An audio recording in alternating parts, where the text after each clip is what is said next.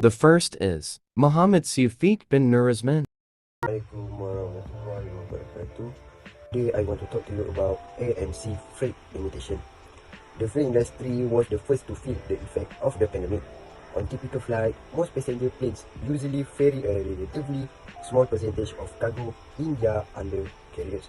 However, with all aircraft down and most flights cancelled, the market has had to deal with supply shortage.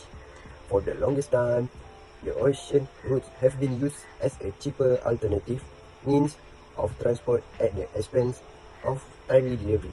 However, even they have felt the impact of the virus as most suppliers shut down their operations. With barely anything of transport, the ever busy ports are now serving as docking ports for many cargo units.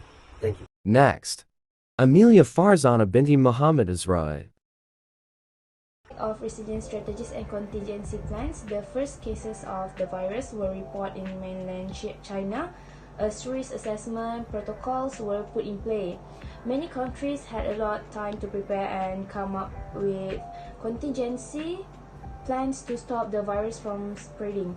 However, the current headlines as a result of supply chain disruption tell us a different story. Quarantine and social distancing rules can only do so much.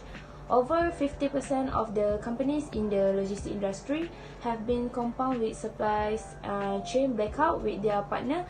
As a result, the effect on the economy as well as to the consumer have been catastrophic. The others, Sidi Saliha binti Saymad.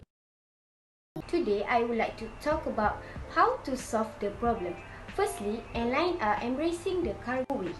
Most airline companies has redesigned their passenger planes to act as cargo planes during this period.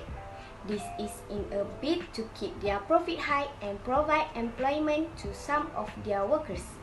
On the same note, more cargo planes and freight operators have now introduced service that charter to small and medium freight forwarders.